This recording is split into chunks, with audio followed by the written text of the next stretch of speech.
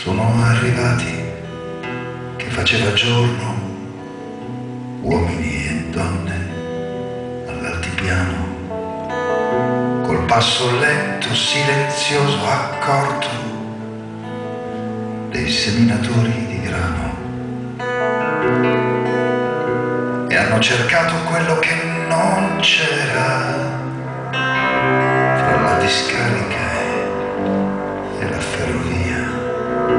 e hanno cercato quello che non c'era dietro i binocoli della polizia, e hanno piegato le mani e gli occhi al